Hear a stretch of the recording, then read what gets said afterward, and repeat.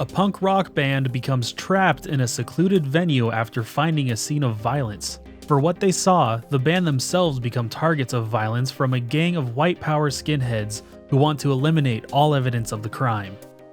Welcome to Couchlock, the movie podcast. Let's get pushed into the mosh pit, spoilers and all, with Green Room.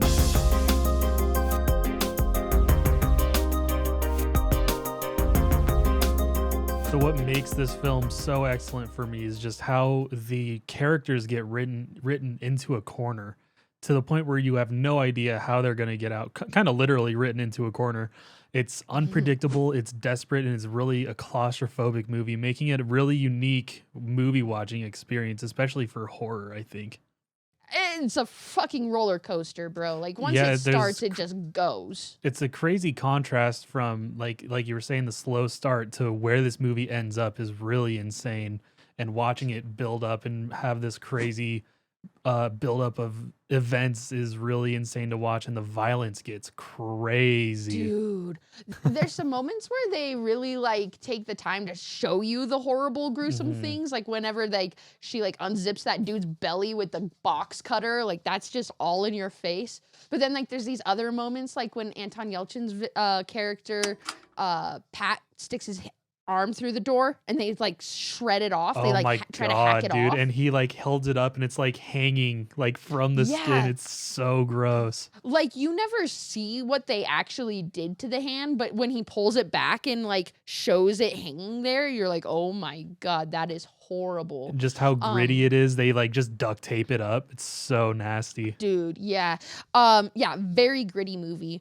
One thing I would say though is that because I feel it's like a super fast-paced movie, we never really have a whole lot of time to like really dive into who these characters are. They like kind of come and go fairly easy. I don't want to say like fairly easily, but without us really knowing much more about them than like they play in a punk band, you know? Yeah, well, I think what it does well is that it shows that the relationship between them is real.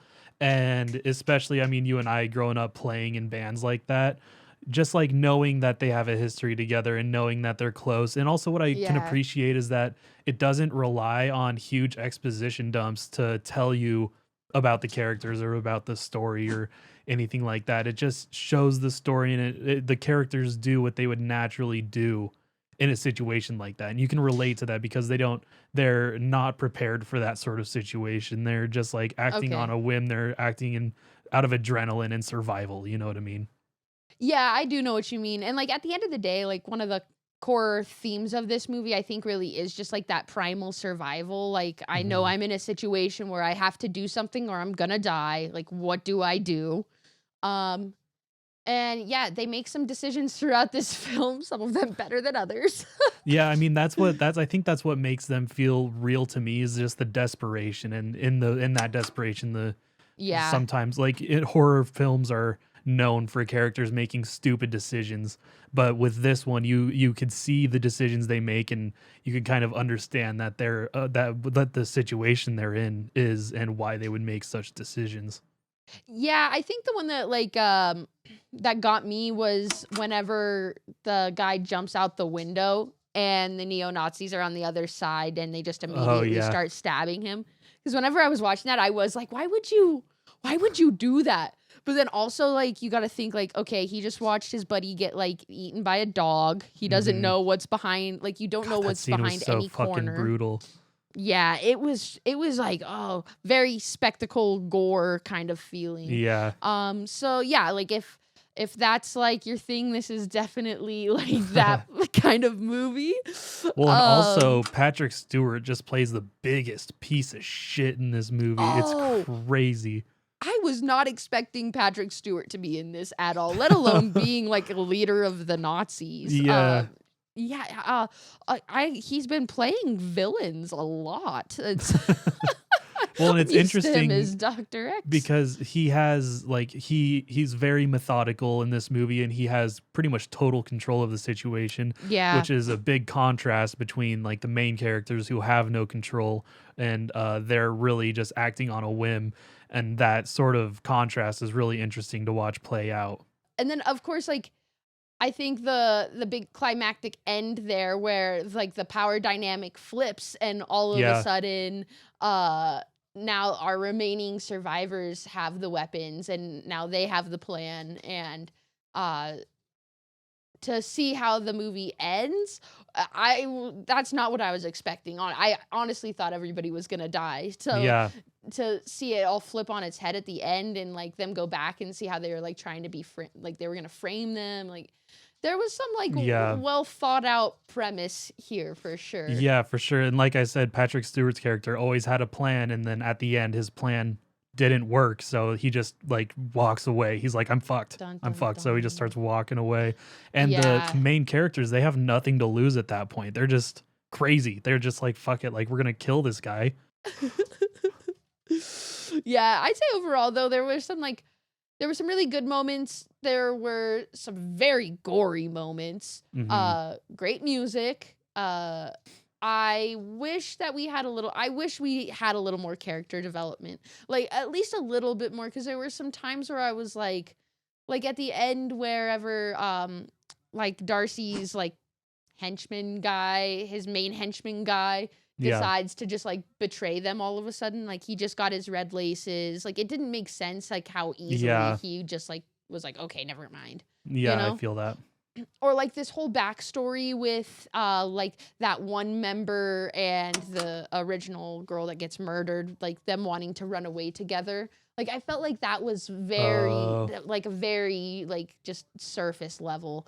But it's a very fast movie, and like you said, that's maybe not like the story they were trying to tell here, if that makes sense. yeah. Um, I think the draw of this movie for me is the how it makes you on the edge of your seat. You don't know what's gonna happen next. And you're really just drawn into you're locked in this room with these people who are trying their best to survive. which at the end of the day, it was very entertaining. So I'm okay with I'm okay with it. Like Yeah, I can let some of that other stuff slide. So for sure. okay, I am ready. Let's do this. You know the drill. You and I have to come up with a rating. We both have to agree at the end of it. Uh, just give it to me. Just what do you think this is? 1 out of Me, 10. I'm giving it an 8 out of 10 with Oh, the visceral violence. You got the amazing soundtrack. I'm a punk kid. I fucking love that shit. Characters you can relate to, and the mm-hmm. feeling of the weight of the situation that they're in. It just makes it a must watch for me if you're a horror fan. I agree with everything you said, but I still don't know that it's an 8. Like we literally just gave Across the Spider-Verse an 8, and this is not on that level. That's a Like good point. Yeah. can I feel like it's honestly closer to a 7. Like it is a really great movie, but I think it could have been a little better if they had slowed it down and like really explained some of those deeper moments to make everything like have those aha like light bulb feels as the viewer. It would have been even better. Like they could have really tapped into some like some really visceral emotion. But they do a good job of keeping me entertained. For the 95 minutes that they've got me, I was hooked. So I think it does deserve a little bit of a higher score.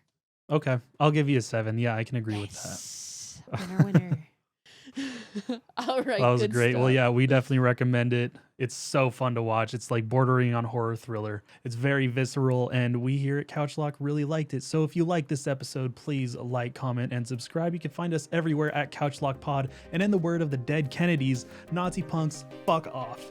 Fuck off.